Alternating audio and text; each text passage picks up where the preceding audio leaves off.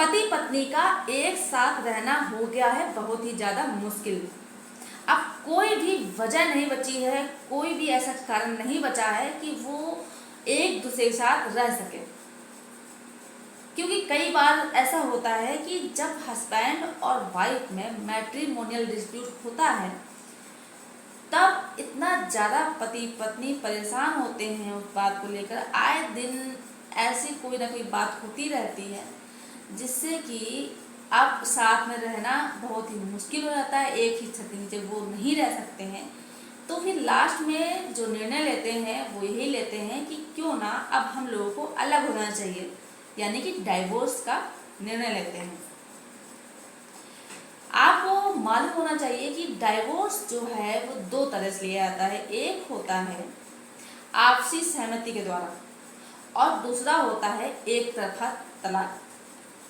आपसी सहमति से जो तलाक लिया जाता है वो जब पति और पत्नी दोनों राजी होते हैं तो उसे आपसी सहमति से दोनों लोग मिल करके डाइवोर्स ले सकते हैं। जो भी बात, जो भी शर्तें होती हैं उनको सामने रखा जाता है, उसमें दोनों लोग की साइन होते हैं और इसके बाद उनको आसानी से तलाक मिल जाता है, कोई दिक्कत नहीं आती है। लेकिन जो एक तरफा तलाक होता है इसका मतलब ये होता है कि पति या पत्नी में से एक पार्टी तो तलाक लेने के लिए बोल रही है और दूसरी पार्टी मना कर रही है। तो ऐसे में क्या होता है कि जो आपसी सहमति से डाइवोर्स होता है, तलाक होता है, वो तो उसमें ज़्यादा दिक्कत नहीं आती, लेकिन इसमें थोड़ा सा समय जरूर लगता है।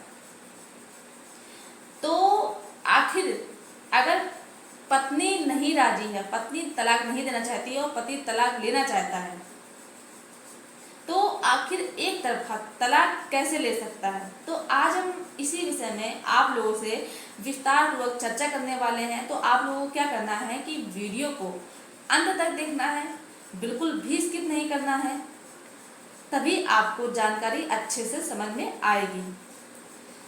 आपको, अगर आप नए हैं, वीडियो को पहली बार देख रहे हैं, तो ये आपका ही चैनल है, आप इसे सब्सक्राइब जरूर कर दें, साथ में बेल आइकन जरूर दबा दें, जिससे कि हम जो भी नई अपडेट डालें उसका नोटिफिकेशन आपके पास आता रहे और आप जानकारी प्राप्त करते रहें। नमस्कार दोस्तों, मैं एडवोकेट दिव्या, आपका मेरे इस YouTube चैनल में स्वागत है। तो अब हम बात करने वाले हैं कि एक तरफा तलाक में आखिर एक तरफा तलाक कैसे ले सकते हैं और जो डाइवोर्स है, जो तलाक है, उसमें किन किन चीज़ों की आवश्यकता होती है, कौन कौन से कागज लगाने वाले हैं या लगाए जाते हैं, तो इसी विषय में बताने वाले हैं। तो जब पति और पत्नी एक साल से अलग रह रहे होते हैं तो वो डाइवोर्स का केस फाइल कर सकते हैं। इसके बाद 6 महीने का कूलिंग पीरियड दिया जाता है। फिर इसके बाद डाइवोर्स, अगर पति पत्नी में कोई भी उम्मीद नहीं रहती है साथ में रहने की, तो फिर डाइवोर्स मिल जाता है। डाइवोर्स में कागज कौन कौन जरूरी होते हैं? तो सबसे पहली बात तो जो शादी होती है, तो शादी का जो प्रमाण पत्र होता है उसकी आवश्यकता पड़ती है, जैसे कि शादी का कार्ड। तो शादी कार्ड को इसीलिए हमेशा संभाल कर रखना चाहिए कि बाई चांस ऐसा होता है तो आप उसे सबूत के तौर पे उसका उपयोग कर सकते हैं। दूसरा, मैरिज सर्टिफिकेट, जो कि आजकल बनवाना बहुत ही ज़्यादा जरूरी हो गया है। इसके साथ में आपको आवास का प्रमाण पत्र, उसकी आवश्यकता रहेगी, प्रूफ ऑफ रेजिडेंस। विवाह आपका जो हुआ है, विवाह की 4 फोटो की आवश्यकता होगी।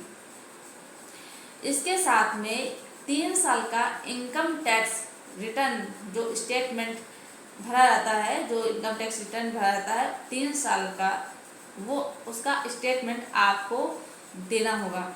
जो भी डाइवोर्स लेना चाहते हैं पति पत्नी, उन दोनों का ही स्टेटमेंट लगता है। साथ में वेतन की स्लिप लगती है। संपत्ति या कोई भी किसी चीज़ में आपका स्वामित्व है, पति या पत्नी, तो तो उन दोनों का ही ब्यौरा लगता है। और जो फैमिली होती है उसकी जानकारी देनी पड़ती है। आप लोग 1 साल से अलग रह रहे हैं तो आप लोगों को ये भी इस चीज़ का भी ब्यौरा कोर्ट में देना रहेगा, ये साबित करना रहेगा कि आप लोग 1 साल से अलग रह रहे हैं। इसके बाद क्या होता है कि आप लोगों के लिखित बयान लिए जाते हैं जो कि 1 से 3 महीने यानी कि 30 से 90 दिन के अंदर रिकॉर्ड किया जाता है। और फिर इसके बाद आपको डाइवोर्स मिल सकता है। मेरे द्वारा दी गई जानकारी आपके लिए जरूर लाभदायक रही होगी। अगर मेरे द्वारा दी गई जानकारी आपको पसंद आई हो तो वीडियो को लाइक जरूर कर दें, ज़्यादा से ज़्यादा लोगों को शेयर कीजिए जिससे कि उन्हें भी जानकारी हो। और अभी तक अगर आपने चैनल को सब्सक्राइब नहीं किया है तो प्लीज़ चैनल को सब्सक्राइब जरूर कर दें। धन्यवाद।